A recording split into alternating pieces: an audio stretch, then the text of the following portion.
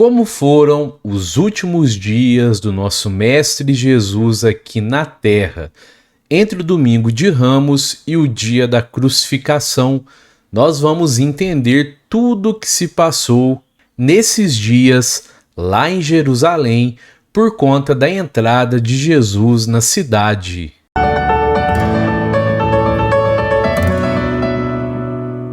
Fala, meus amigos, minhas amigas, eu sou o professor Luiz Fernando Amaral. Muito legal ter você comigo mais uma vez aqui no canal Espírita. Pessoal, as informações contidas neste vídeo estão no belíssimo livro O Sublime Peregrino, enviado pelo mentor espiritual Ramatiz e psicografado pelo médium Hercílio Maes. Eu vou deixar aqui na descrição 2 links para 2 vídeos aqui do canal Espírita. O primeiro sobre tudo o que aconteceu no domingo de Ramos, como Jesus não queria que tudo aquilo acontecesse. E o segundo sobre Jesus se despedindo de seus familiares antes de ir para Jerusalém. Então Jesus entrou na cidade, naquilo que ficou conhecido como Domingo de Ramos. E no nosso vídeo então de hoje, nós vamos entender tudo o que aconteceu a partir de segunda-feira, informações que nós não encontramos na Bíblia. E amanhã, sexta-feira, nós teremos um vídeo muito bacana sobre a Sexta-feira da Paixão, tudo o que aconteceu na crucificação.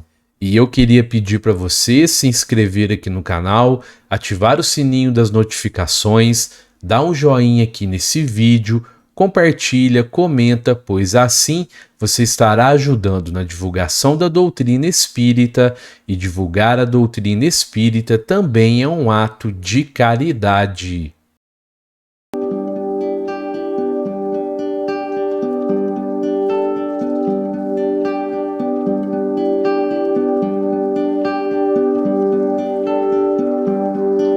Na segunda-feira, Jesus e alguns dos apóstolos subiram à cidade alta e misturaram-se com o povo, a fim de auscultar quantas notícias sobre os acontecimentos do dia anterior, mas não tardaram a chegar-lhes aos ouvidos os rumores da disposição adversa das autoridades religiosas hebreias contra aquela entrada retumbante dos galileus em Jerusalém.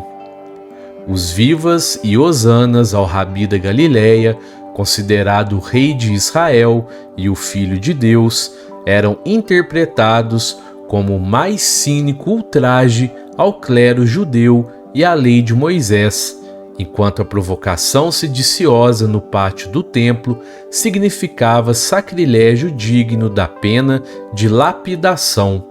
Além disso, o procônsul romano pusera de prontidão as patrulhas de soldados em todas as ruas da cidade, pois fora informado de que os judeus preparavam-se para uma nova insurreição.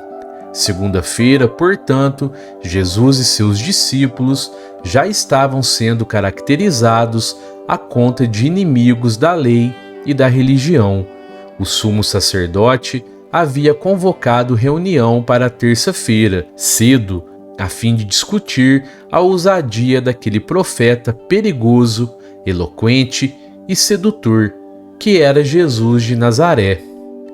Mas a verdade é que, devido à imprudência dos seus partidários, turbara-se em Jerusalém o clima receptivo às palavras enternecidas e redentoras do Mestre Jesus, invertendo-se o objetivo espiritual de sua doutrina. Jamais ele poderia supor que, após hesitar durante 3 anos em pregar o seu evangelho na metrópole de Jerusalém, os seus próprios adeptos se encarregariam de tisná-lo na sua fórmula de amor e paz, pois a sua chegada estava sendo levada à conta de uma campanha de indisciplina e de cobiça pelo poder de Israel. Enfim, o pior já estava feito, pois embora os galileus não passassem de provincianos tolos e sem cultura, na opinião dos jerusalemitas, A verdade é que Judas, o gaulonita, homem destemido que se rebelara contra os romanos 20 anos antes, era da mesma Galiléia de onde procedia Jesus. Consequentemente, os galileus eram primitivos, mais ousados, ingênuos, mas decididos, o que jamais poderia passar despercebido aos astutos sacerdotes de Jerusalém.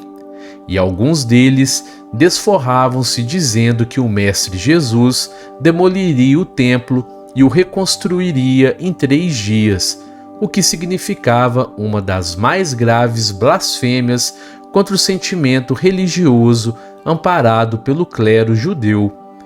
É certo que ainda não havia ocorrido acontecimentos graves e subversivos, ou mesmo derramamento de sangue pelos acompanhantes de Jesus, conforme sucedera na rebelião de Judas, o gaulonita, responsável pela morte de muitos romanos e pela terrível crucificação de seus secazes nos campos da Galiléia. Mas as autoridades de Jerusalém consideravam ostensiva e sediciosa a marcha dos galileus e aclamações ao rei de Israel e filho de Deus, além da desordem e dos prejuízos que se verificaram no pátio dos gentios, no templo, onde alguns arruaceiros, participantes do movimento cristão, se haviam aproveitado da situação para cometerem depredações e furtos. Ademais, Jesus não ignorava que todos esses acontecimentos seriam deturpados pelos seus adversários para enquadrá-lo sob a lei punitiva da Judéia e mesmo de Roma. Na terça-feira, em companhia de Pedro e João, o mestre transitou entre a multidão no centro de Jerusalém, visitou a praça do mercado, localizou as sinagogas e lugares onde ainda alimentava esperanças de pregar o evangelho àquele povo excessivamente apegado aos apetrechos do mundo e muitíssimo esquecido das realizações do Espírito Eterno. Pretendia iniciar suas pregações com toda moderação e tolerância, sem ferir ninguém, manter o respeito ao sacerdócio organizado e à lei de Moisés.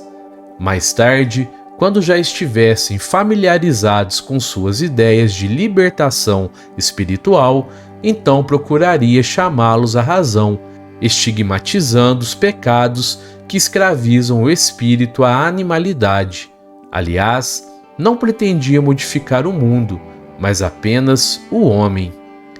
Infelizmente, o noticiário a seu respeito era cada vez mais grave e perigoso à sua liberdade, pois ainda havia editos do centurião Quinto Cornélio, comandante da Torre Antonina, mandando fechar as portas da cidade e exigindo dos retirantes o visto sacerdotal ou consentimento das autoridades romanas. Ademais, havia sido aumentado o número de patrulhas de soldados romanos que pareciam operar de perfeito acordo com os esbirros do Sinédrio. Corria o boato de que alguns galileus mais ousados haviam tentado apossar-se de armas nos porões do templo, penetrando aquele aqueduto, junto à velha torre de Siloã. Os piais pessimistas já ventilavam a possibilidade de uma crucificação coletiva, a exemplo do que acontecera com os secazes de Judas, o gaulonita, nas planícies da Galiléia. Não foi difícil para Jesus e seus discípulos certificarem que os galileus fugiam de Jerusalém apressadamente, logo que circularam as notícias comprometedoras de segunda-feira. Retornavam para suas terras e cidades, temerosos da ira dos sacerdotes e dos romanos. Os que ainda se encontravam na cidade mostravam-se aterrorizados e não se animavam a enfrentar os homens do Sinédrio ou os soldados romanos nas portas de Jerusalém. Alguns haviam sido presos tentando passar despercebidos pela porta do estrume, na Cidade Baixa, costeando o rio Siloé, disfarçados entre os mendigos e leprosos que ali se agrupavam. Então, os apóstolos, também assustados, seriamente sugeriram ao seu mestre o retorno imediato à Galiléia, antes que isso fosse impossível. Jesus fitou esses queridos amigos e viu-lhes o medo nos olhos e a angústia no coração. Eram homens simples, mas bons, rudes e sinceros. Em sua companhia, ele havia percorrido a Judéia, de ponta a ponta, na mais afetuosa amizade, visitando Tiro e Sidom, criando-se raízes do mais profundo afeto no seu coração. Eles ali se encontravam diante do Mestre, terrivelmente frustrados, quais crianças apanhadas em traquinagens censuráveis. Os apóstolos faziam as indagações íntimas mais perplexas e dolorosas. Porque Jesus não lhes explicava a razão do fracasso do movimento em Jerusalém ou o motivo da indiferença dos jerusalemitas, os quais, em vez de aderirem, ainda zombaram do entusiasmo galileu, o amado Mestre, profundamente apiedado pelos seus queridos amigos e fiéis discípulos, então lhes disse num tom compassivo: Não vos apoquenteis, que o Filho do Homem carrega nos ombros o fardo das dores dos seus.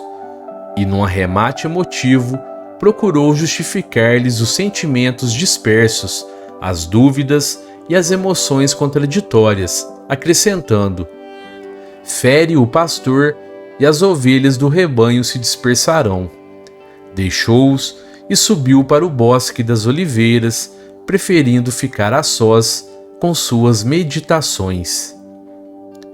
Quarta-feira, pela manhã, Gesiel e seus 2 filhos retornaram afoegados da cidade alta, falando a Jesus da necessidade de sua fuga imediata, pois contavam com amigos fiéis que poderiam retirá-lo de Jerusalém por antigos caminhos secretos só conhecidos de alguns anciãos hebreus.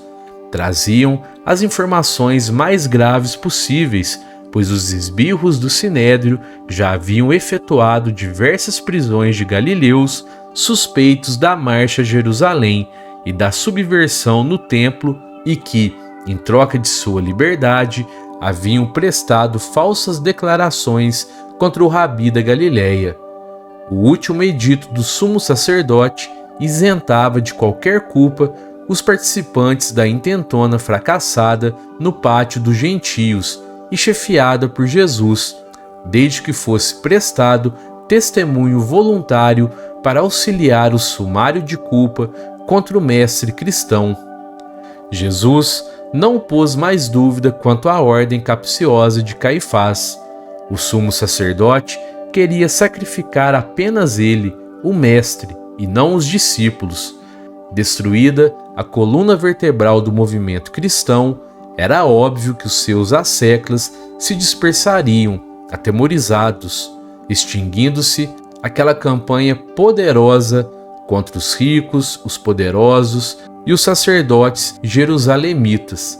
Mas a notícia não atemorizou Jesus, pois trouxe-lhe o benfazejo alívio à sua alma e até lhe foi venturosa, ao verificar que ainda poderia salvar os seus discípulos tão aterrorizados e aflitos para retornarem à sua terra e aos seus familiares. Doravante, ele faria questão de ser o único e exclusivo responsável por aquela imprudência considerada insurreta em Jerusalém e jamais moveria um fio de cabelo para isentar-se perante a lei judaica e que, no seu caso, poderia ser punido com a lapidação.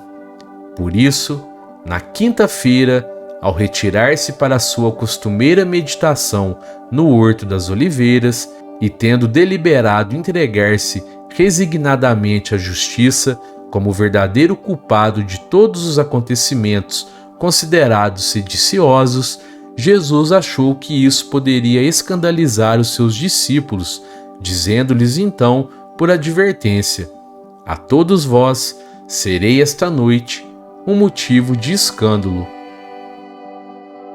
Na quinta-feira, Jesus foi beneficiado com a presença de alguns amigos fiéis, que o visitaram apreensivos e pesarosos, pelo que poderia lhe acontecer de grave, pois as notícias na cidade eram bem desagradáveis. Entre eles vieram Simão de Betânia e o seu parente Eleazar, mensageiros fraternos de Maria, Sara, Maria Madalena, Verônica, Joana, Salomé e outras mulheres que desejavam visitá-lo no seu retiro de Getsêmani, ansiosas para acalmarem seus corações aflitos ante os boatos assustadores. O mestre então pediu a Simão para explicar que ele se retraía a qualquer contato muito emotivo e sentimental, pois sentia-se debilitado em suas forças psíquicas e se preparava para os acontecimentos vindouros. Simão procurou animá-lo com argumentos otimistas, mas Jesus insistiu que a sua hora era chegada, pois em breve seria levado diante do Tribunal da Justiça do mundo para dar testemunho de sua vida e confirmação de sua obra pela salvação da humanidade.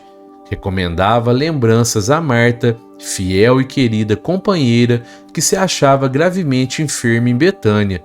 Despedia-se de todos os amigos por intermédio de Simão e predizia um feliz encontro para mais tarde no reino de Deus. Simão tinha os olhos rasos de lágrimas, fitando Jesus com pesarosa ternura, pois bebia-lhe os gestos e as palavras. Era criatura de coração magnânimo e de elevada condição espiritual, certo de que se despedia para sempre do seu benfeitor e generoso amigo. Jesus não quis prolongar aquele encontro terno e pesaroso. Enlaçou afetuosamente Simão e Eleazar e puseram-se a caminhar em direção ao portão da granja, o qual se abria para os lados do vale de Cedron. Após sentidos abraços de que também participaram Pedro, João, Tiago e Tomé, então separaram-se os velhos amigos de Betânia.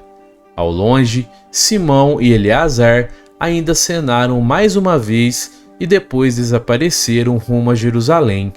À tarde, inesperadamente, chegaram Nicodemos e José de Arimateia, cujas fisionomias preocupadas revelavam más notícias. Sem esconderem o seu estado aflitivo, comunicaram ao mestre que a sua prisão estava por horas, e se até aquele momento não o haviam prendido, fora devido ao receio do sumo sacerdote, que temia a reação pública da multidão que muito o estimava. Jesus ouviu as trágicas notícias de José e Nicodemos, ambos juízes íntegros do Sinédrio, que lamentavam a impossibilidade de votar, e agradeceu pelo seu afetuoso interesse. Sem demonstrar qualquer pesar ou ressentimento por aqueles que o queriam matar, exclamou numa voz terna e de compreensivo perdão: "Obrigado, meus amigos, não temo a morte, nem como ela me venha, porque vejo que passarão os homens, mas as minhas palavras permanecerão. É preciso que o Filho do Homem dê o sangue pela salvação do próprio homem, que a submissão à morte seja o preço e a força da própria vida, pois a luz do Espírito ilumina a sombra do corpo. Minha hora é chegada pela vontade do Pai que está nos céus, mas não se fará pela obstinação dos homens." Súbito cerrou de falar, como se ouvisse algo do imponderável. Nicodemos e José de Arimateia baixaram os olhos para o solo ante aquele silêncio respeitoso. Em seguida, numa decisão que não pôde esconder a dor pungente da despedida, Jesus arrematou: "Ainda que vos separeis de mim pela carne, eu permanecerei convosco em espírito, porque o templo do Senhor estará por toda a terra e o seu altar em todos os corações."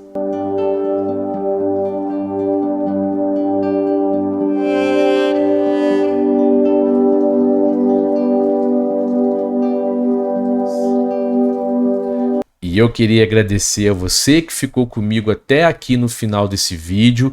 Confere aí se você está inscrito no canal, se você deu um joinha aqui nesse vídeo, tá bom? Um fraterno abraço a todos e que assim seja!